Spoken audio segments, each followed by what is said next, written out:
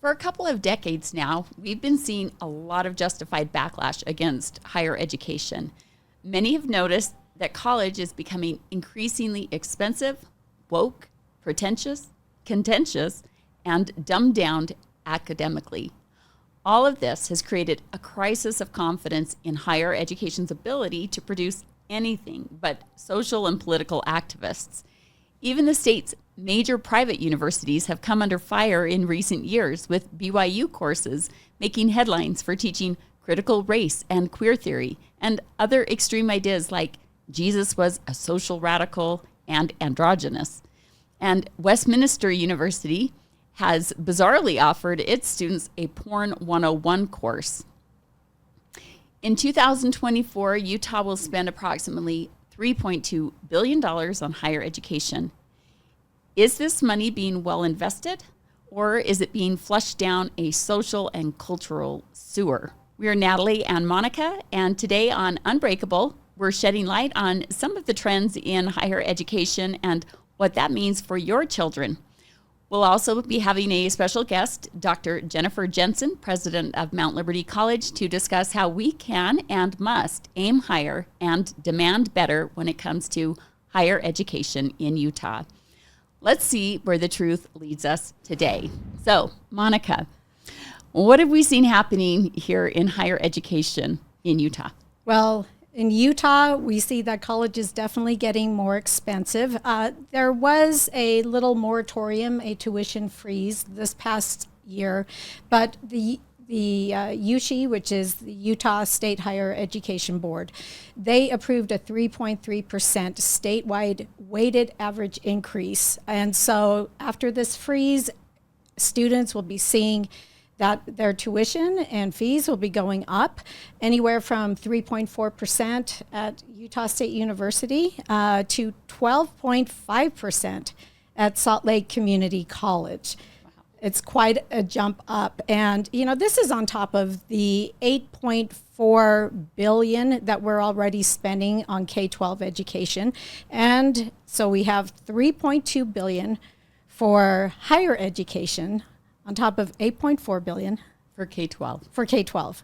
Seems like they are just charging more and more, and we have to wonder what students are getting for this money. And so now we've got this initiative called Admit Utah, which is saying that elite colleges are now going to be those that admit everybody. They're not going to be elite based on who they deny and the high standard or requirements for being admitted, but now it's they will be elite based on accepting everybody. Right. Virtually everybody. I know that the guarantee is that Utah high school students will be admitted or guaranteed admission at least to one of the 16 higher education institutions here in Utah, right? Yes. You have to wonder, like, okay, are they going to try to artificially steer enrollment based on workforce needs? Because we don't just have traditionally academic universities here in Utah. We also have technical colleges. Right. Yeah, and different programs like that. Right. Well, and if you go on the Admit Utah website, it kind of takes a student and their parent through just kind of a really general framework of what are your interests, and then it will spit out what colleges are close to you that will accept you for what you want to do. So, you know, it sounds great. It sounds like, oh, we're just making things really easy and efficient, and so no guesswork. But at the same time, it gives the system an opportunity to steer you where they want you, and into programs that you will fit the bill for, so that the system can exploit students' academic talents and abilities, or their lack of, for the purposes of the system. Where do we need smart kids? Where do we need the less intelligent or less qualified students? Right. So when you understand that the international agenda for education as a whole is to make students into lifelong learners, to keep them in the education pipeline for as long as possible. You can see how this fits into that, right? Right. It is a workforce pipeline, and they have transitioned the K-12 system to so that students all have to pick a college and career readiness plan by the time they're like, I think they've moved it down to 8th grade now, but I think it's even lower. But they have counselors in the schools at even kindergarten to start conditioning kids to think towards a workforce mindset, where they will all be in jobs. It's a jobs program, and less and less is education about foundational knowledge that teaches them not just how to think, but what to think, as far as just basic foundations. And we'll talk about that with Dr. Jensen a little bit, and when we bring her on, and what that really looks like and why it's important. Yeah, that's really crucial. They call it the 3 E's, enrollment, employment, and enlistment. And so if you notice, there's not a lot of wiggle room in there for somebody who wants to be, say, a stay-at-home mom and to raise her children. Right. Well, and they've tried to look at every other possible avenue for work, and they've tried to incorporate it into this framework so that no matter what students pick, it's part of the system, and the system can now control what a student does and how they get there, and they can draw a straight line from where the student is to where they want them to be, instead of just a natural, organic evolution of a student's abilities and education and interests as we grow. I mean, any of us as adults, if you look back to how it's been, how many of us can draw a straight line from where we started to where we ended up? Right. It's usually that organic path is very meandering, and life experiences kind of play into it, and they don't want that in this new system, this workforce pipeline. They want it with no gaps. They want it predictable, controllable, so that they can fill the workforce needs predictably. So it's not about the student and their choices anymore. It's about the system and what is needed to perpetuate the economic engine of our society. Yeah, it's highly controlled and very contrived. There's another trend we're seeing, that colleges are basically hunkering down when it comes to promoting diversity, equity, inclusion initiatives and the sustainable development goals that have been proposed by the United Nations. Here in Utah, we passed a bill, HB 261, which supposedly was supposed to get rid of DEI in our education institutions. We've heard politicians say that that's what has happened. It hasn't. It just basically shuffled the deck chairs on the Titanic. They rebranded DEI as sustainability, as growth, as belonging, as access, as community engagement. Yes. There's a slew of euphemisms that have taken the place of the words DEI. Even without DEI explicitly being out there and labeling things, there is a push for a total systems transformation centered on social, racial, environmental, sexual, and economic justice or equity. So it's all about how it's applied. These ideologies don't need the label to be applied. No, they don't. And we are seeing that the U of U just introduced the School of Environment, Society, and Sustainability, basically a vehicle for DEI ideologies and practices. And a few years ago, the University of Utah introduced the School of Social and Cultural Transformation. This one is wild. Honestly, it is absolutely wild. If you go look it up, just be prepared for, I would say, a whole bunch of academic weirdness. It's oh, right. Well, right. We were there a year and a half ago up at the U. We were invited to speak at the Young Americans Foundation when they just launched up at the U. And we arrived and were protested for almost 10 minutes by student activists that we learned afterwards were from the college, this new social and cultural transformation college that they call Transform. And the head of the department was there also watching these activists shout at us fascists go home, fascists go home. And they just pounded on there and just made quite a scene. And we just waited quietly until they finished. And eventually the police escorted them away. But and the fascists went home at that point. Yes. Yeah. Yeah. But this is, who knows? They might have received a grade for their community engagement at that moment, right? This activism, this is how they apply what they're being taught in their college. Yeah, absolutely. They give a lot of lip service to First Amendment rights and to respecting those. But when it comes to respecting the First Amendment rights of others, somehow that just kind of slips underneath the rug, right? Right. Well, it depends on what side of the ideological aisle you are on. If you're pushing the woke, you get total freedom of speech. No bars, no restraints. But if you have a different idea, if you're trying to conserve those foundational principles upon which the Constitution was created, then you're in for it. You're going to be silent. So right. Let's bring in our guest. This is Dr. Jensen from Mount Liberty College. We're so excited to have her here. So just a little bit about her. Jennifer is the president at Mount Liberty College, which is located in Murray, Utah. She has a PhD in constitutional studies from George Wythe University, a master's of arts and political economy, and a bachelor's of art from Brigham Young University.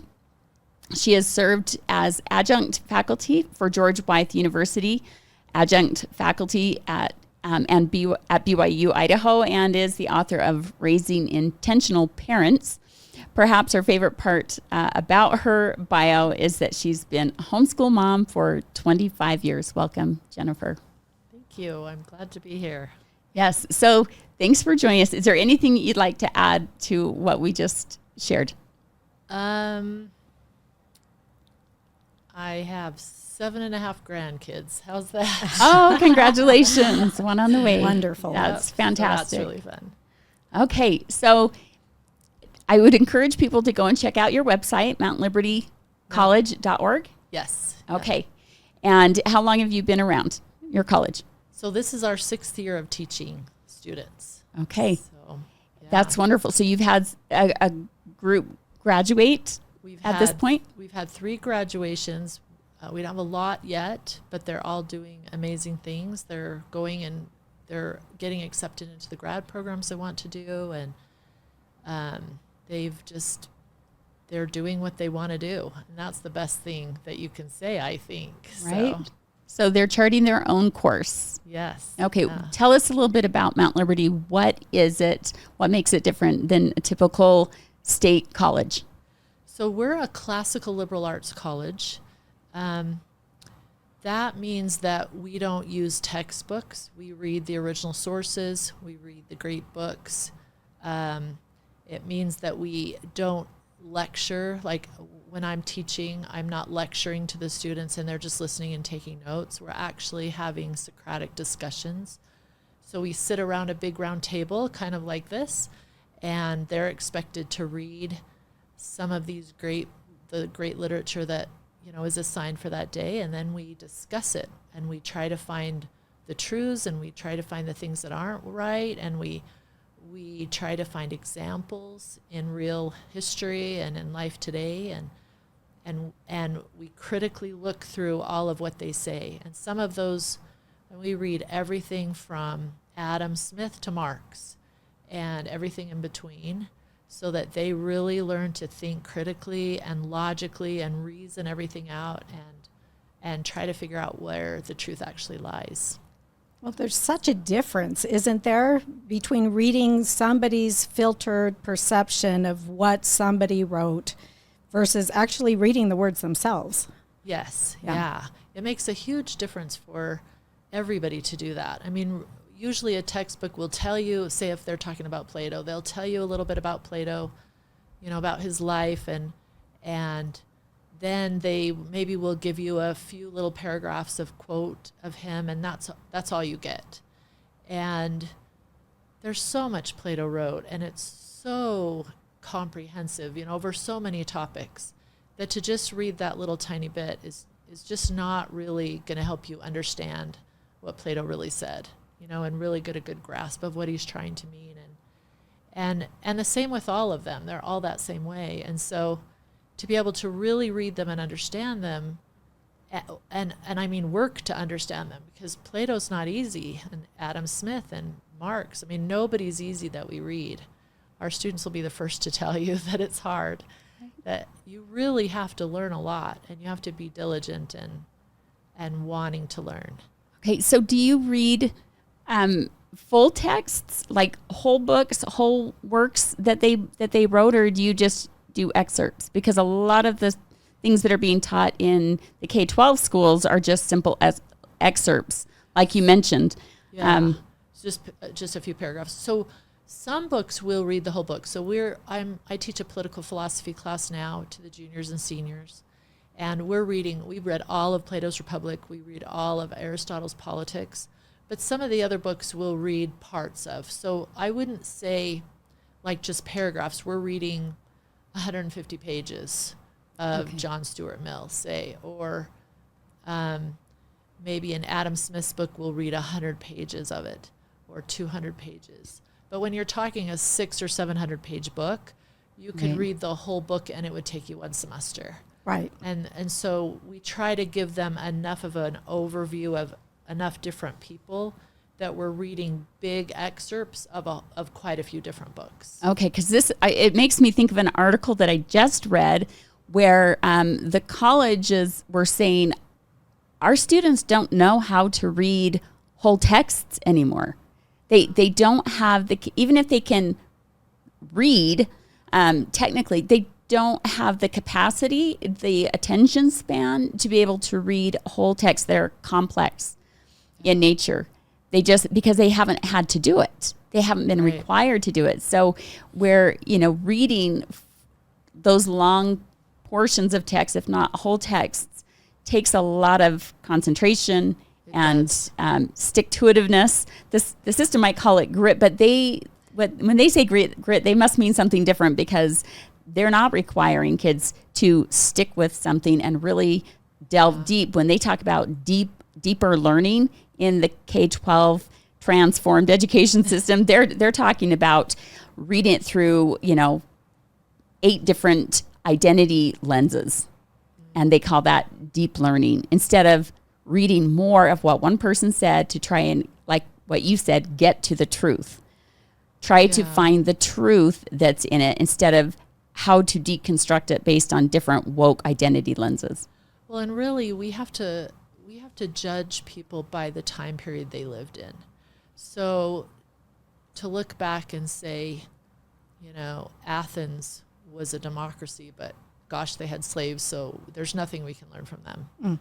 I mean, that's just not true. They had slaves, but so did every other society in the entire world. And so they were actually trying to they talk more about women and women being able to be full, not necessarily citizens, but have a bigger role in society than any other place. They weren't veiled. They didn't have all of that sort of thing happening there in Athens. So it really depends on, in my mind, you have to judge the writing by the time period they were in, and then find the true principles from those, and then pull them out and say, okay, well, this is a true principle. Because if it's true, it's a true principle in our time too, right? If he found a true principle, if Aristotle found a true principle, or Marx, whoever found a true principle, it's got to be true today too, because that's what makes it true.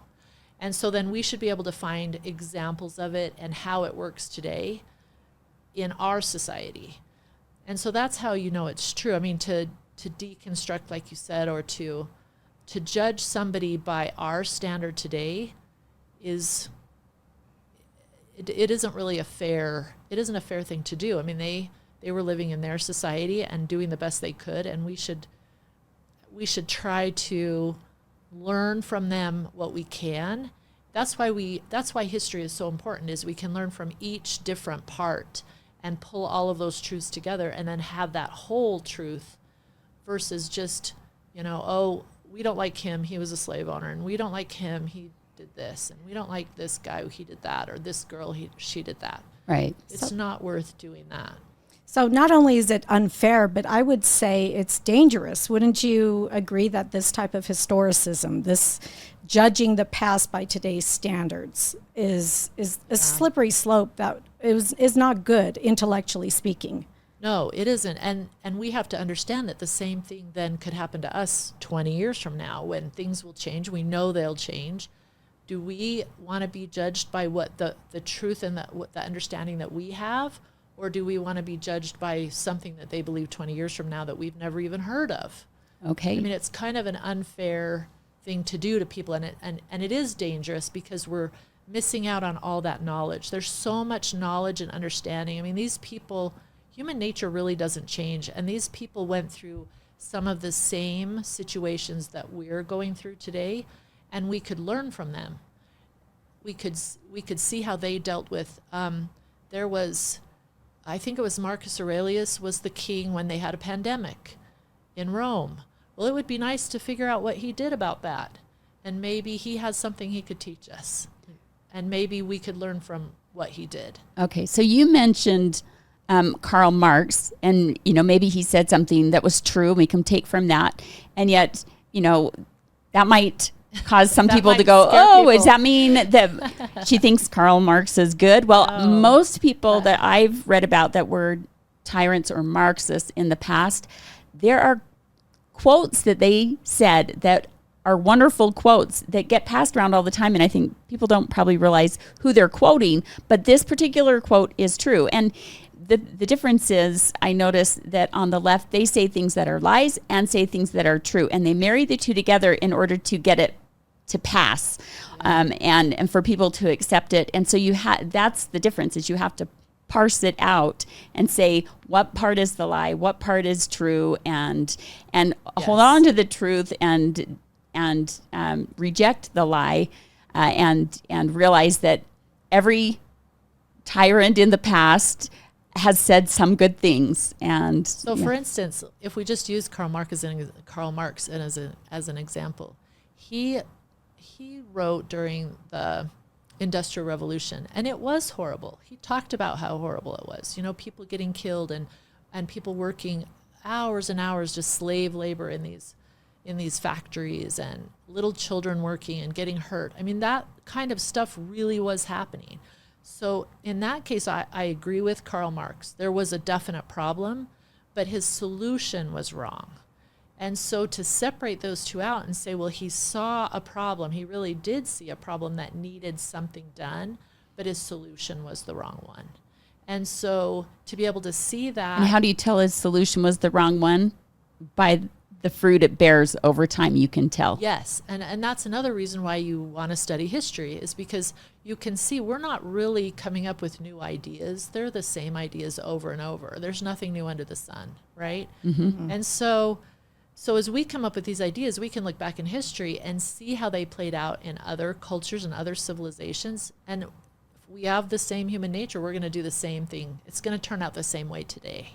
And so it's really important to see history and understand history, because that shows us where we're headed. It shows us what's coming.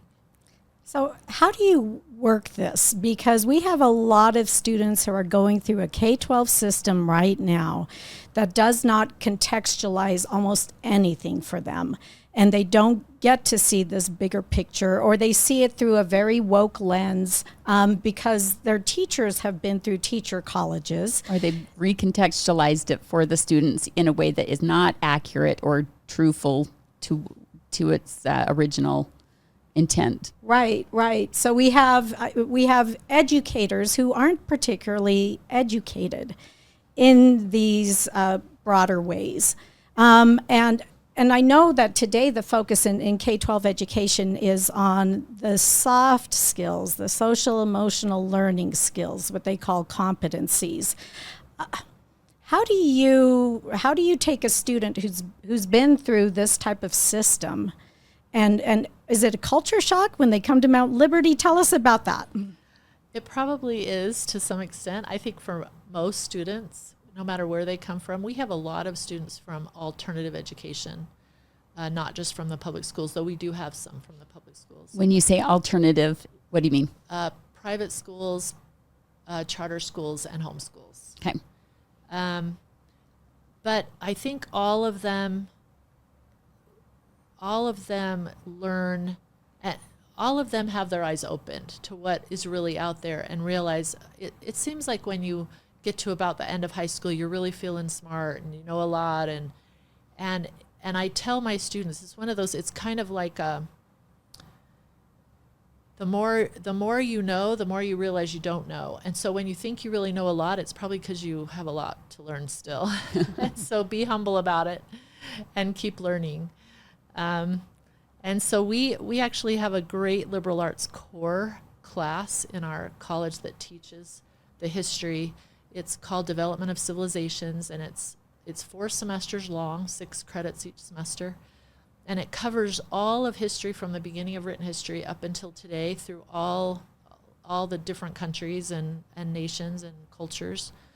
And it covers what was written during those time periods as well. So you read literature from those times, you read some of the government documents, some of the religious texts during those times, and you're learning the history at the same time. So you're getting context for all those things, which is what we were kind of talking about that you were saying people are missing. Mm-hmm. So all of a sudden you start to get this context for how everything fits together.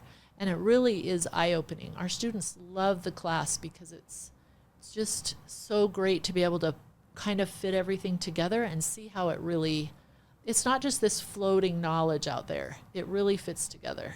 So it sounds like you kind of ease them into this learning curve, which I'm assuming at a certain point gets a little bit steep.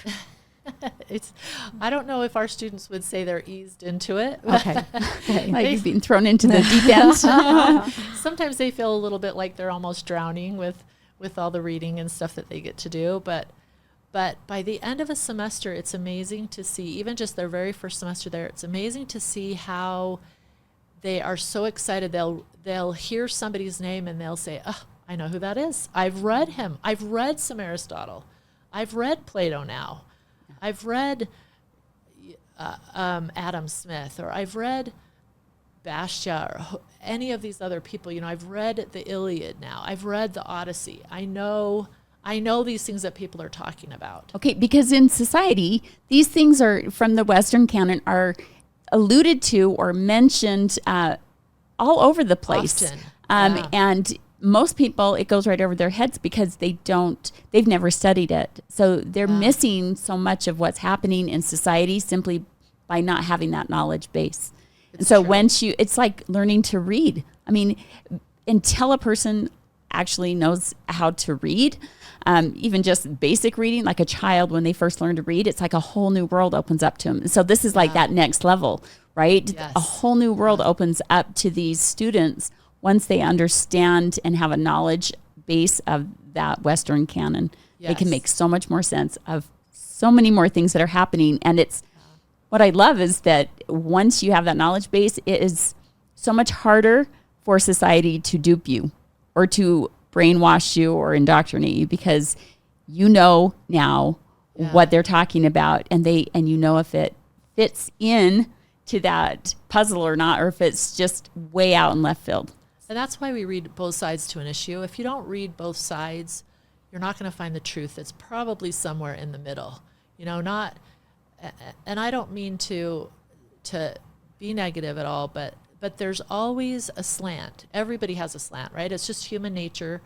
And if you read both sides, you can find that middle ground. You know, you have Karl Marx, and I keep using the same examples just because now we all know them, I guess, but he understood the problems of the Industrial Revolution, and you can talk to somebody else or read somebody else who maybe didn't quite understand or just kind of pushed it under the rug and didn't discuss it as much, but maybe their answer for it is better. And so reading both sides gives you more of a full understanding of what's really happening during that time period. So what can students do? What would you recommend parents do to help prepare their students for a Mount Liberty College type of education?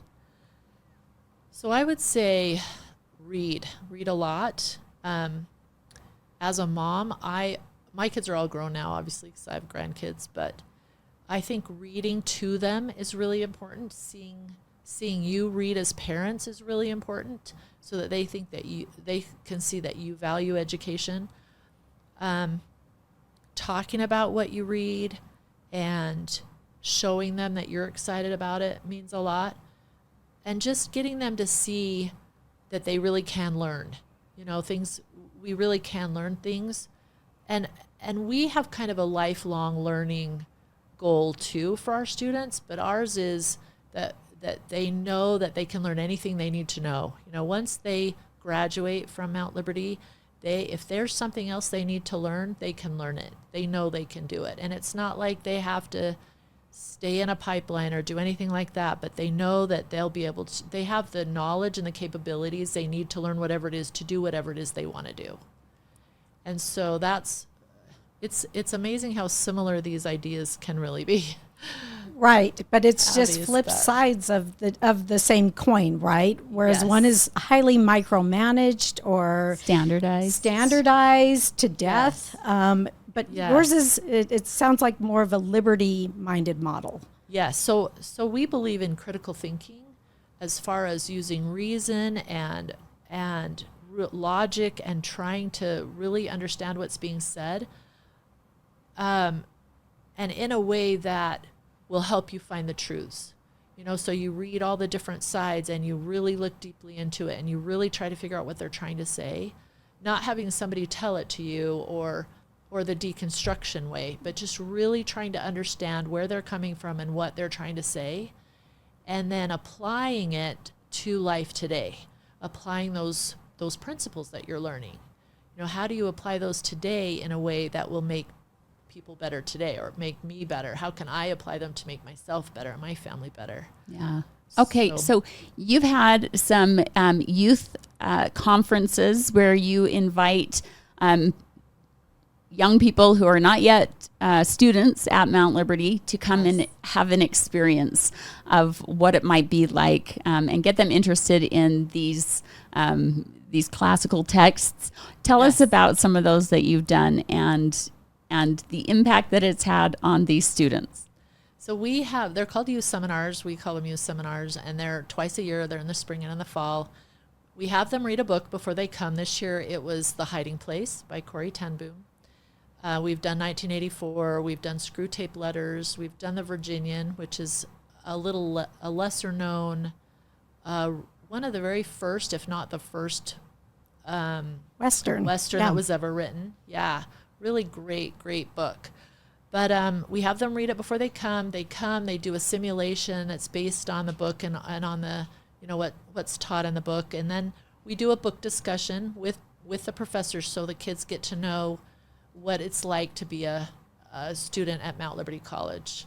We have a book discussion. We play games with them. We just have a really great day. It's a Saturday. It takes all day long. They end up with a dance and, dinner, and it's just a fun time, and they get to meet all kinds of other kids and usually make some really good friends, and a lot of them come back next year, so it's really fun. But it does teach them. It's amazing how much they can learn just from one book.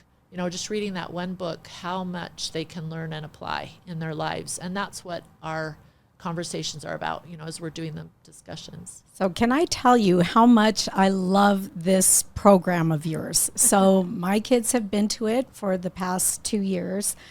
It is the highlight of the year. I wish you did it every month, frankly. I wish it were something available. A book a month. A book a month. I know, that would be amazing. I know you can't always get through a book a month, but my daughter just loved this last one. She loved The Virginian. I had already read The Virginian. My aunt had given it to me when I was, I think, in junior high. So, and I'd read it then. Good. It is so good. It is life-changing, I think. It's that type of caliber where you just read it and you suddenly get a different perspective on the American experience, on what it means to have integrity, on men and women, and the nature of the gender roles. It's an amazing book. So thank you first for doing this for the youth. They don't have this type of opportunity. I don't think, well, I know they don't have it in the schools. I just know that, and so I think it's just been wonderful. And I know my daughter comes back and she's just full of stories, and she's so excited to share everything that she did for this one day. I can't get her to be quiet for like 3 days afterward. Oh my goodness. And I mean, you compare that to how kids come home from school and parents go, so how was your day? And they just kind of grumble. And, if they don't have some horror story, then it's, it's like, they don't remember what they learned. I didn't learn anything. They're just like dreading another day in the system, right? Whereas that is the fruit, right, that we're looking for. If it gets kids excited and it makes them want to pick up a book that's hard and challenging and not just, some graphic novel that's full of filth, Right. Well, I read these books with my kids beforehand. I read a lot to my children. This is like what we do as a family. So it's one of those things that I just find it a wonderful opportunity to be able to process and to think about the book beforehand with my kids, and to have that shared memory and experience, and then for them to go on and share what they've learned, and to learn more from those who have also, read it and understand it. And that's what's so great about the discussions versus just lectures, is because what I get from the book might be completely different from what you get from the book. And when we can discuss it together, we now have twice as much knowledge. Right. And hearing somebody's opinion, and even if you disagree with them, you might not agree with them at all about what they got, but it really makes you think, and you have to decide if you agree with them or not, and you really have to think it through and really reason it out yourself. And that just is such a good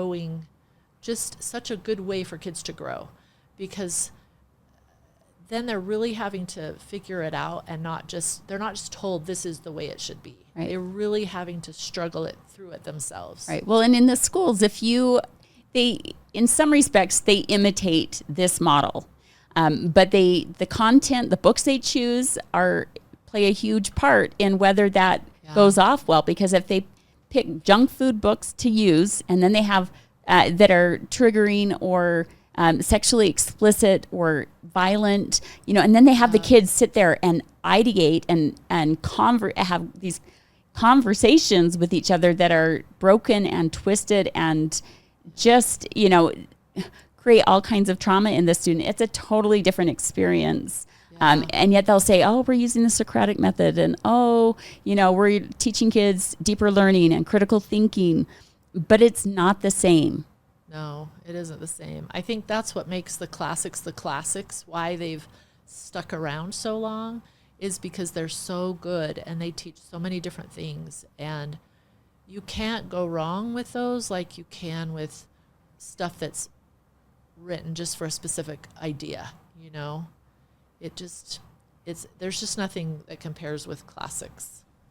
So I agree with you. I agree. The classics are absolutely foundational, and they are not negotiable either. And I think that's something that they are being negotiated away in the public schools. So it's wonderful that kids have an opportunity to come and be exposed to, I think, great literature, the best books. Okay, so sometimes, like my kids, I taught them to be readers, but I was not a big reader when I was a kid, and I don't have that background. So, I was just happy they loved reading. But, they look at books, and when they hear classic, they think Harry Potter.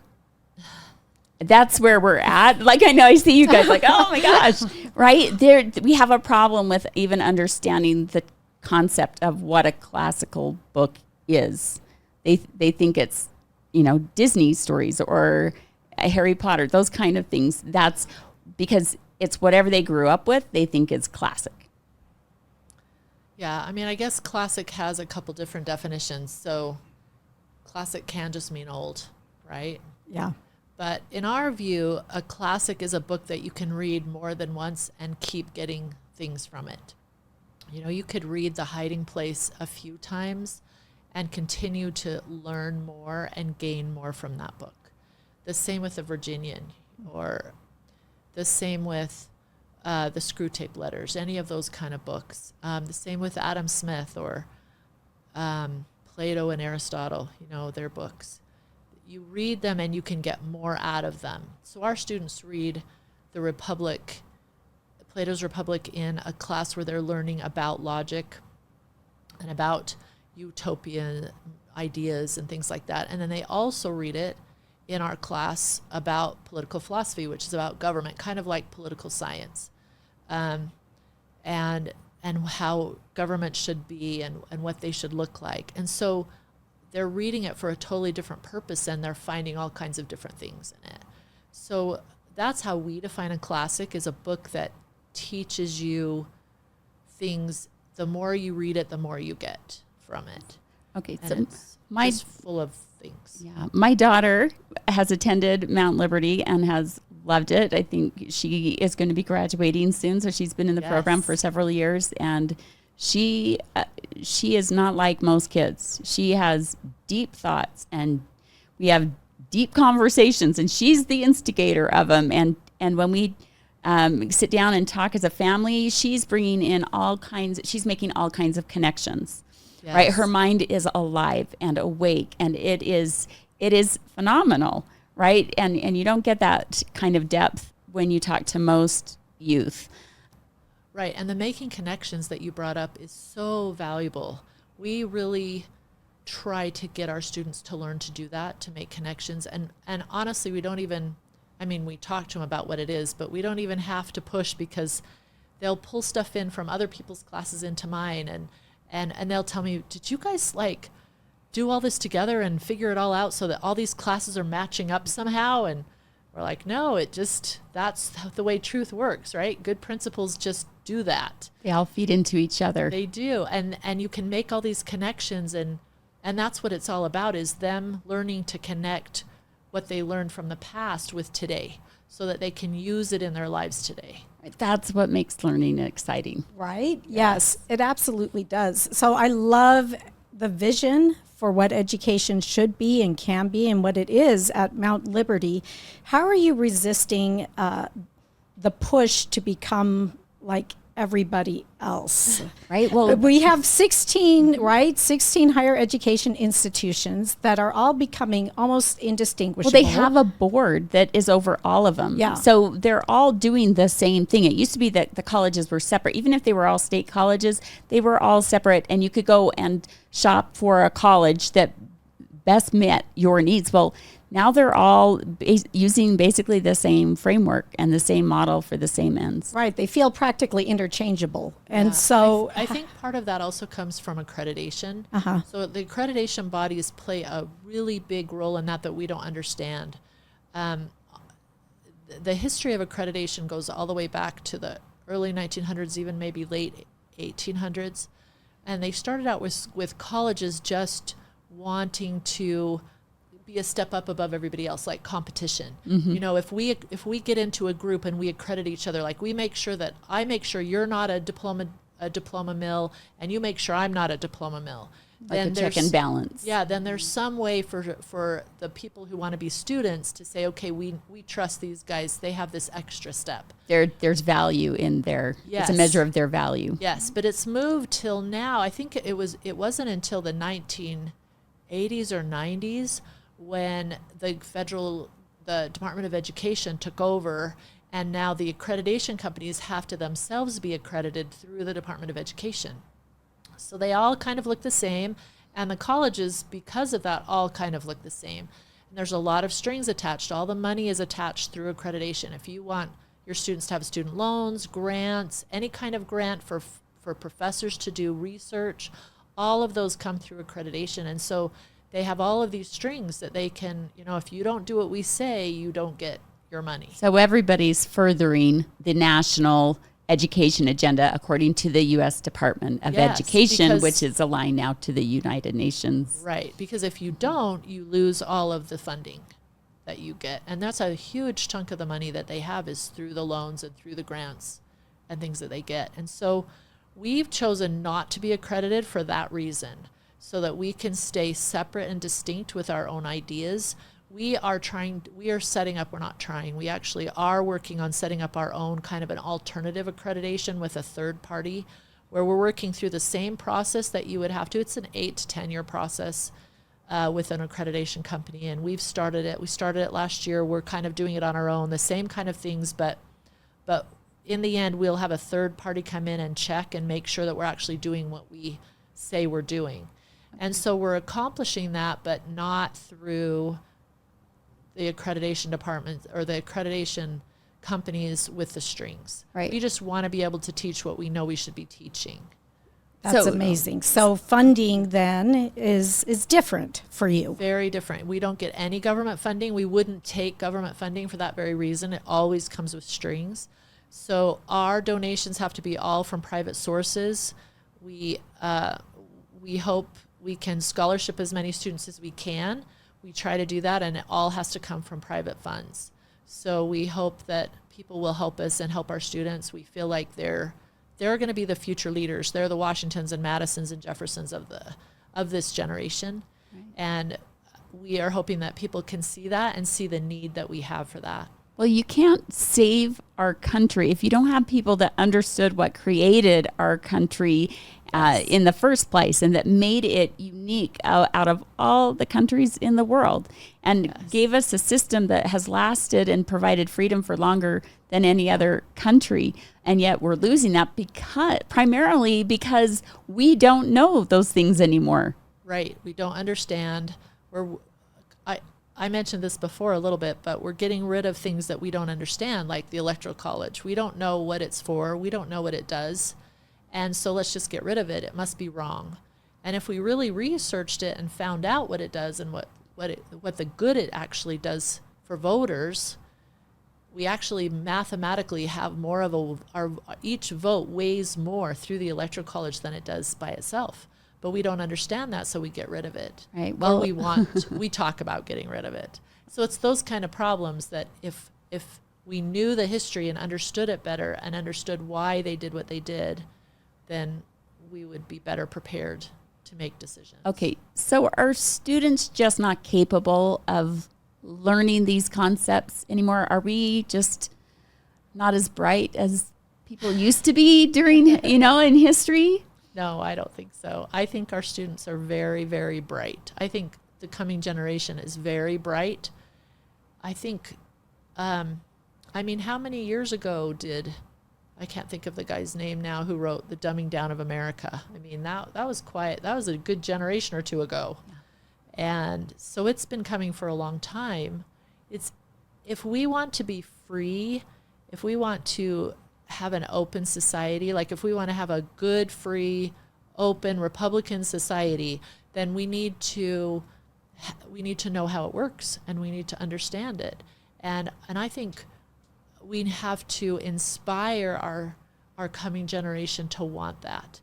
If we don't inspire them to want it and to find their place in the world, so I think we have such a limited view on human potential. It's just about getting a job. So let's just give you the job training you need. You want to code, let's teach you how to code. And that's all you need is that little narrow bit of education, and then you'll know how to code, and that's all you need. But in reality, life is so much broader than that, so much more full than that. How do I be a good parent, a good friend, a good spouse? How do I have a good life? How do I find beauty in life and joy? Yes. And how do I understand how things work and why and how the world works? All of those things make my life happier. And I think they make other people's lives happier too when we understand that. And so a good education does all of those things. It doesn't just give you a job. And part of that, we all know AI is coming. And AI, we've heard how many years now that AI is going to take away everybody's jobs.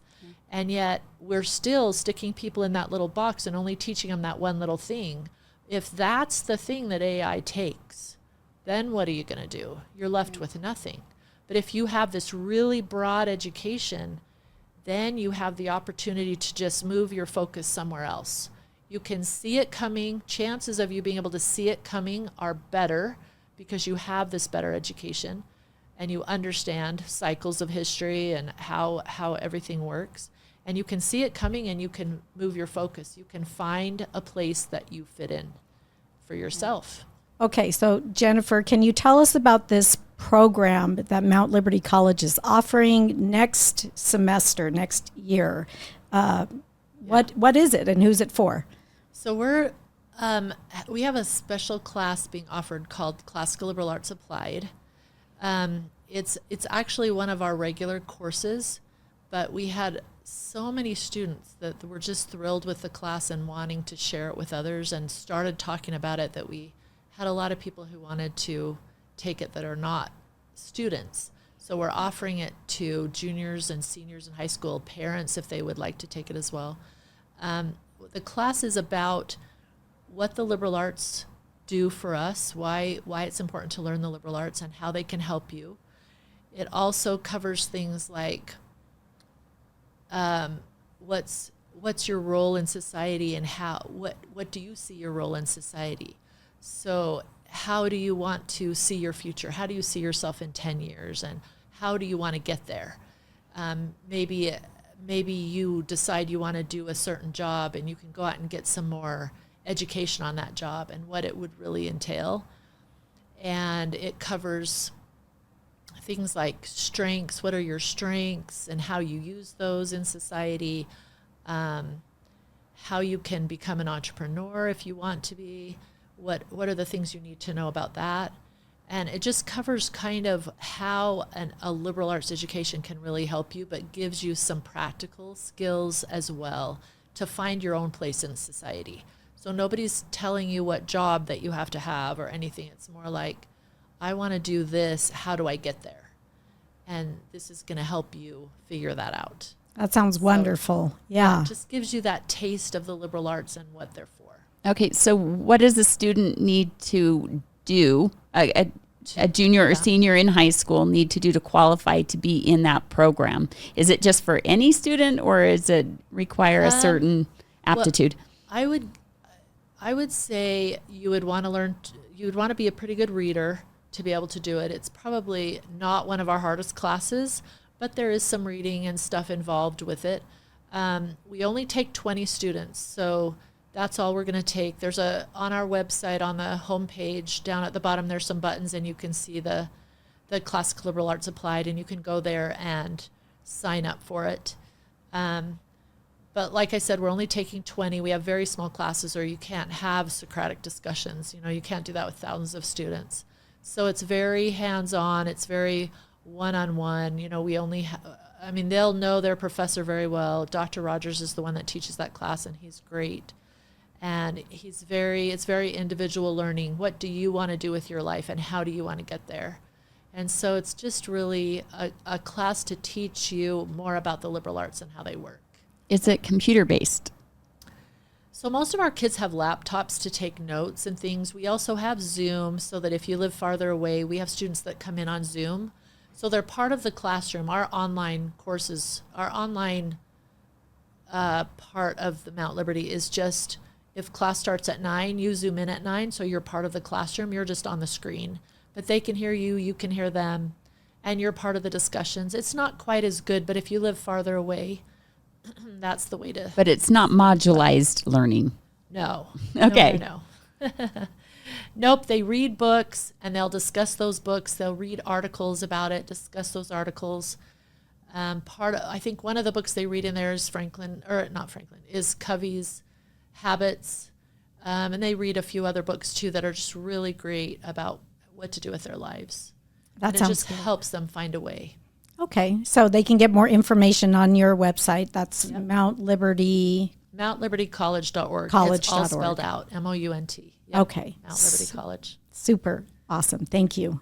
Thank you. Before we wrap up, we'd like to give a very special thanks to our sponsor, Sherry Jensen, for her support to make it possible for us to bring you this important information on education to you and your families.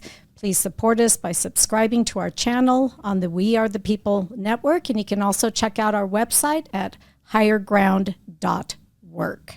Parents and their children need to know that there are more things in heaven and earth than are dreamt of in their philosophy, to paraphrase Shakespeare. There is so much more to higher education, and yet the temptation is to settle for so much less.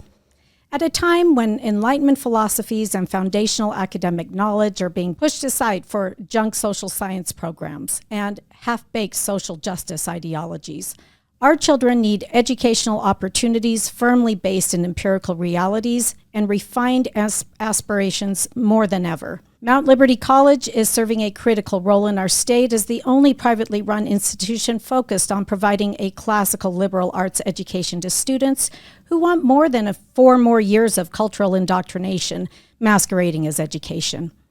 If you are searching for a light on the hill in the middle of a darkening educational landscape, Mount Liberty thankfully provides this option. It is singular not only in Utah, but in the Western states as well. Helping children and families find truth in order to become unbreakable. We're Monica and Natalie. See you next time.